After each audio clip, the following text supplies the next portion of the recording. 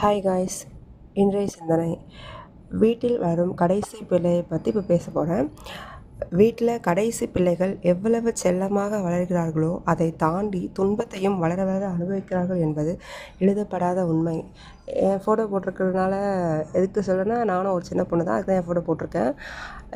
கடைசி பிள்ளையாக பிறக்கிறது தப்பு இல்லை, செல்லம் கொடுக்குறது தப்பு இல்லை. நிறைய சொல்லி கொடுத்து வளர்க்கணும். வளர்ந்தக்கப்புறம் என்ன பண்ணணும், எப்படி வாழணும்னு தெரியாமல் ரொம்ப கஷ்டப்பட்டு வாழ்கிற சூழ்நிலை ஏற்படுது. ஆனால் சின்ன வயசில் எதுவுமே செய்ய தெரியாது. இப்போ கடைசியில் இவ்வளோ பெருசானக்கப்புறம் நான் தான் செய்யணுன்ற சுச்சுவேஷனும் வந்திருக்கு.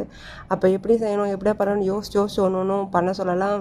ரொம்ப ஸ்ட்ரகிளாக இருக்குது. ஸோ என்ன மாதிரி யாரும் கஷ்டப்பட வேணான்றதுக்காக சொல்கிறேன். உங்கள் வீட்டில் குட்டி பசங்களாக இருந்தாங்கன்னா சின்ன பிள்ளைகளுக்கு செல்லமாக வளர்க்குறத தாண்டி எப்படி வாழ்க்கை வாழணுன்றதையும் டீச் பண்ணி வளருங்க. ஸோ இது பிடிச்சிருந்தா லைக் பண்ணுங்கள், ஷேர் பண்ணுங்கள், சப்ஸ்கிரைப் பண்ணுங்கள். Thank you so much.